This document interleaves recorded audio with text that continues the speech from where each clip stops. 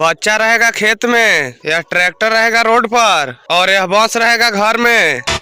अरे अब्बा जी, तूने तो गलत कर दिया, देखो मैं ठीक कर देता हूँ। बच्चा रहेगा रोड पर, यह बस रहेगा खेत में और यह ट्रैक्टर रहेगा घर में।